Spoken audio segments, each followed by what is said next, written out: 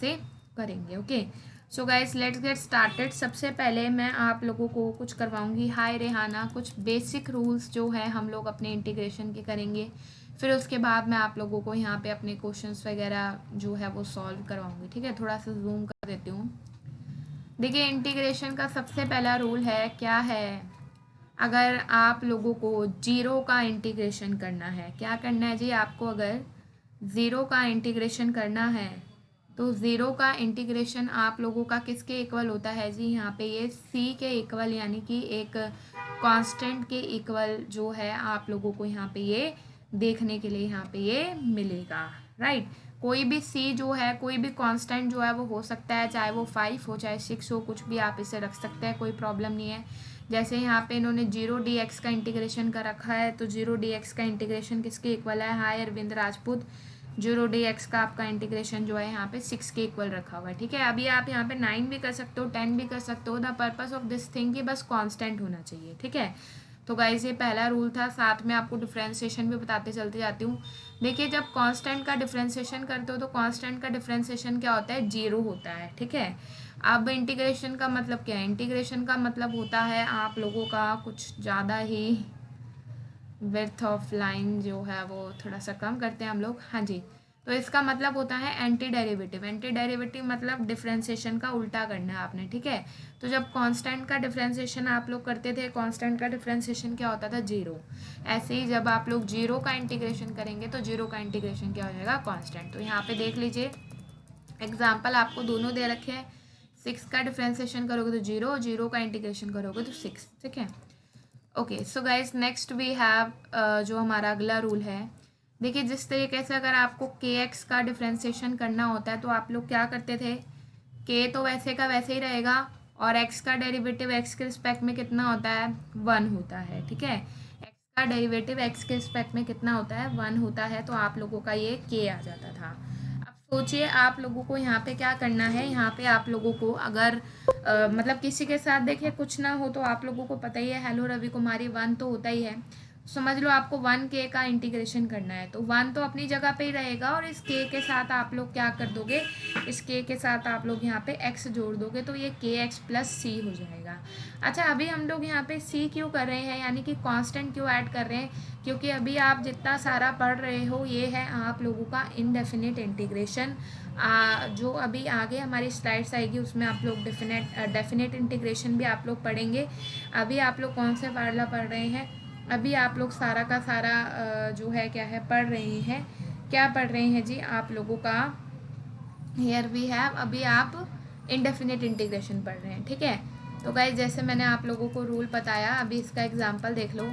मान लीजिए अगर 3x का डिफ्रेंसिएशन करना होता है तो क्या होता है जी, x का डेरिवेटिव x के रिस्पेक्ट में 1, तो ये आ जाता है 3।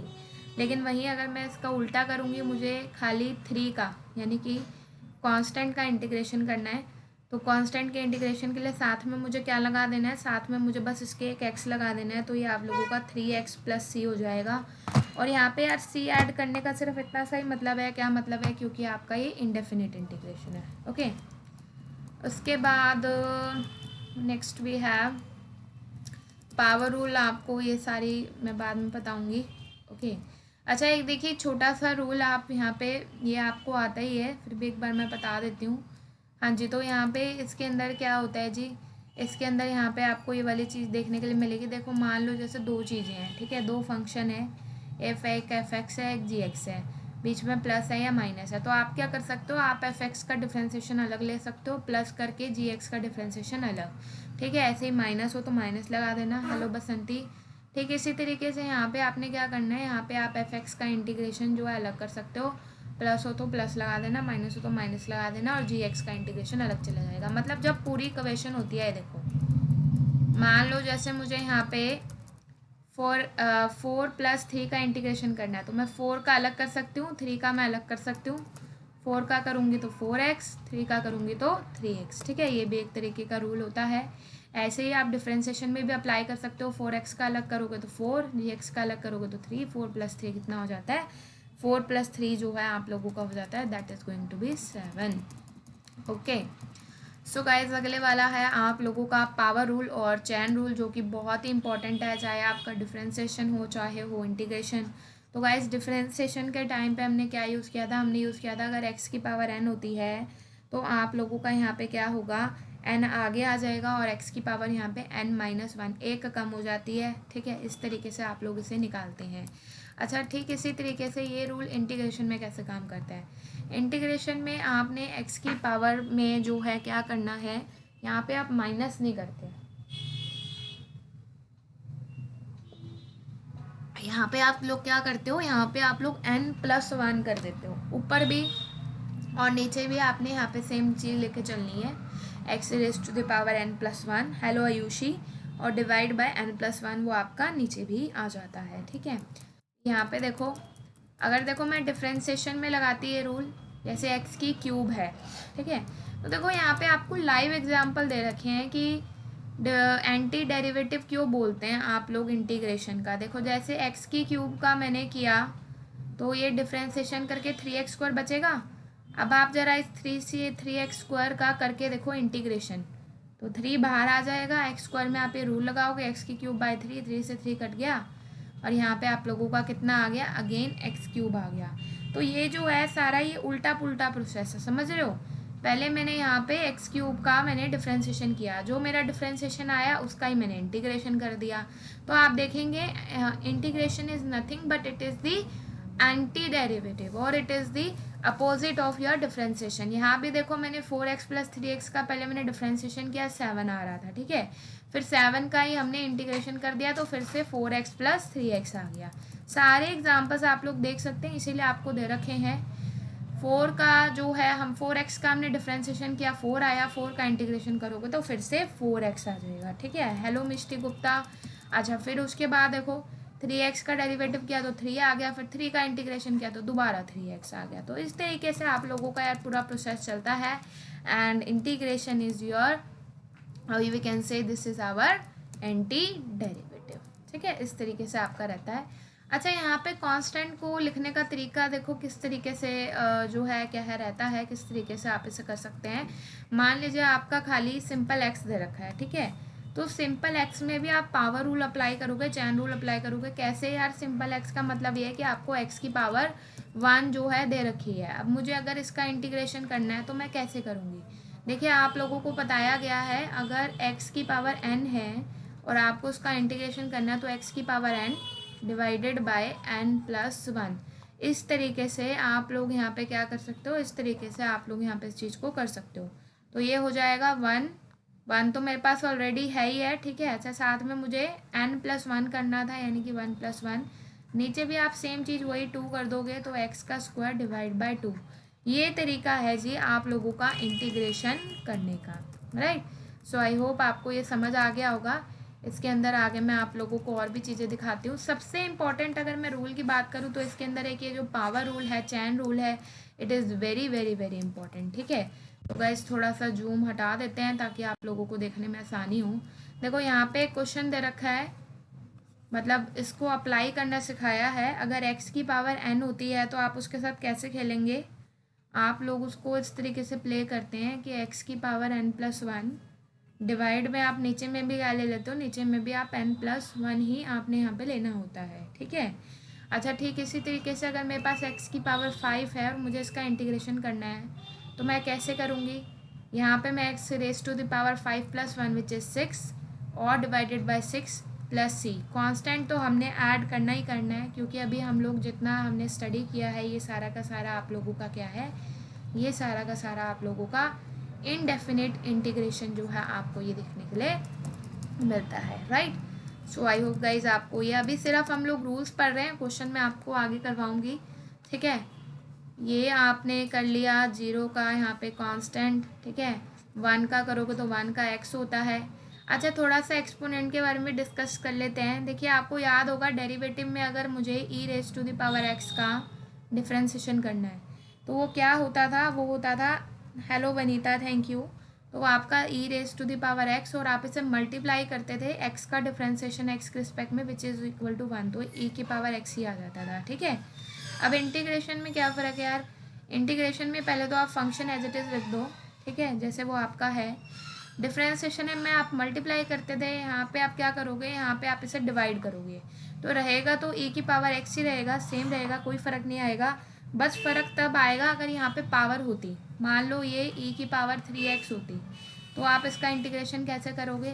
पहले तो आपने यहाँ पे e की पावर 3x लिखना ही लिखना है, उसके बाद जो डिफ्रेंशिएशन आएगा, जो 3x का डिफ्रेंशिएशन है यानी कि विच इज़ इक्वल टू 3, तो वो आप यहाँ पे डिवाइड कर दोगे प्लस c। तो इस तरीके से आपने यहाँ पे लेके चलना होता है। अच्छा, उसके बाद थोड़ा सा लॉग का देख लो। लॉग में क्या होता है जी? लॉग में डिफ्रेंशिएशन में आप सिंपल जो लॉग के साथ है आप उसको डिवाइड में लिख देते हो 1/x, और x का डिफ्रेंशिएशन x रिस्पेक्ट में विच इज़ ऑल्सो 1, तो ये 1/x हो जाता है। सिंपल, बात ख़त्म। ठीक है, यहाँ पे उल्टा है। यहाँ पे सोचो अगर आपको 1/x का ही इंटीग्रेशन करना हो तो क्या हो जाएगा? 1/x का सिंपल इंटीग्रेशन हो जाएगा आप लोगों का log x जो है वो आप लोगों को यहाँ पे नज़र आएगा log x प्लस c। तो c मैं बार बार इसीलिए बोल रही हूँ, c जो है यानी कि कांस्टेंट जो है हमारा बार बार इसी वजह से आ रहा है। किसी वजह से आ रहा है भाई? क्योंकि यहाँ पे आप लोगों का जो जितना भी अभी हम लोग कर रहे हैं, ये वाला सारा का सारा जो है आप लोगों का क्या है?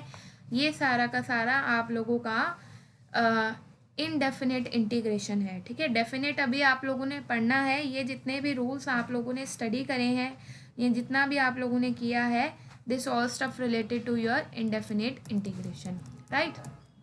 हाँ जी, तो गाइज वही सेम रूल आपने, अच्छा यहाँ पे हमने 1/x का भी कर दिया। देखिए अभी ये क्वेश्चन है और इसमें मैंने आपको क्या किया, इसमें मैंने आपको डेफिनेट इंटीग्रेशन भी दे रखा है। ठीक है, तो डेफिनेट इंटीग्रेशन को पहले आप लोग सॉल्व करने का तरीका देख लीजिए कि कैसे करना है, उसके बाद आप इसे कीजिएगा। लेट मी शो यू किस तरीके से आप सॉल्व करेंगे। देखो मान लो मैं आपको दिखाती हूँ डेफिनेट इंटीग्रेशन में किस तरीके से आपने चलना होता है। ठीक है, सो गाइस डेफिनेट इंटीग्रेशन का मतलब होता है कि आप लिमिट्स पुट कर रहे हो। क्या पुट कर रहे हैं आप लोग? यहाँ पे आप जो है अपना लिमिट्स पुट कर रहे हैं, और मान लीजिए मैंने आपको फंक्शन दिया है 3x² dx, लेकिन अब मेरे को इंटीग्रेशन चाहिए कब से लेके कब तक? अब मुझे चाहिए सिर्फ 0 से लेके 2 तक, एक्स्ट्रा नहीं चाहिए मुझे। लिमिट्स डाल दी मैंने, 0 से लेके 2 तक चाहिए। तो आपको पता है अगर हम लोग इसका बेसिक वर्जन का इंटीग्रेशन करेंगे तो बेसिक वर्जन का जो इंटीग्रेशन है वो आप लोगों का कितना आने वाला है? वो आप लोगों का आएगा 3 तो अपनी जगह ही पे रहेगा, और x² पे आप यहाँ पे चैन रूल अप्लाई करेंगे, जो पावर हम एक बढ़ा देते हैं, जो हमने सिंपल रूल किया था x की पावर n का, x की power n+1 divided by n+1। ठीक है, तो गाइस इंटीग्रेशन करते ही आपने क्या करना है? लिमिट्स को आपने पीछे रख देना है डेफिनेट इंटीग्रेशन में। ओके, 3 से 3 कैंसिल हो गया, तो मेरे पास ये कितना बच रहा है? मेरे पास x³ बच रही है। तो पहले मैं यहाँ पे अपर लिमिट डालूंगी 2, उसके बाद मैंने यहाँ पे डालनी है लोअर लिमिट। तो 2 की क्यूब कितनी होती है? 2 की क्यूब होती है 8, और 8 - 0 8 would be your right answer. तो गाइज ये तरीका है, इस तरीके से आप लोग डेफिनेट इंटीग्रेशन को सॉल्व करते हैं। फ़र्क आपका बस इतना ही है डेफिनेट और इनडेफिनेट के बीच में कि इनडेफिनेट में कभी आपको लिमिट्स नहीं दे रखी होती, तो उसी लिमिट की जगह पे हम लोग क्या कर देते हैं? कांस्टेंट ऐड कर देते हैं। लेकिन यहाँ पे जो है जब लिमिट्स आपको दे रखी है तो पहले आपने यहाँ पे क्या करना है? पहले आपने यहाँ पे अपर लिमिट पुट करना है, और फिर अपर के बाद आप यहाँ पे लोअर लिमिट जो है यहाँ पे आप लोग करेंगे। ठीक है, नहीं प्लस नहीं आएगा। मैं देख रही हूँ कुछ स्टूडेंट्स आंसर दे रहे हैं 8 + c। c क्यों आएगा? c आपने ऐड किया था इनडेफिनेट इंटीग्रेशन में जब लिमिट्स नहीं होती। यहाँ पे तो 0 से लेके 2 तक लिमिट दे रखी है ना, फिर क्या जरूरत है आपको ऐड करने की? समझ रहे हो? यहाँ पे आप लोगों को you don't need to add here the, यहाँ पे आप लोगों को बिल्कुल भी नीड नहीं है सी को ऐड करने की, बिल्कुल भी जरूरत नहीं है। देखो मैंने कहीं भी अपने आंसर में अगर सी लिखा है तो आप मुझे बता सकते हैं, नहीं लिखा ना तो यहाँ करते हैं। लिमिट्स वाले में आपने काम नहीं करना, ये आपने तब करना है +c जब आपका इनडेफिनेट इंटीग्रेशन होगा, उसमें आप लोग उसे क्या करेंगे? यूज़ करेंगे। ठीक है, सो गाइज एक क्वेश्चन मैं आप लोगों के लिए दे रही हूँ और कमेंट सेक्शन में मुझे इसका जवाब दीजिएगा। ये रहा जी क्वेश्चन, थोड़ा सा जूम कर देते हैं आप लोगों के लिए। सो गाइस x² का आपको इंटीग्रेशन करना है और लिमिट्स आपको दे रखी है 1 से लेके 3 तक। ठीक है, तो अगर आपको समझ आया है तो just prove it, just show मी क्या आपको ये क्लियर हुआ है कि नहीं? यस, ओनली 8 फॉर डेफिनेट, बिल्कुल आप सही समझ रहे हो तुम।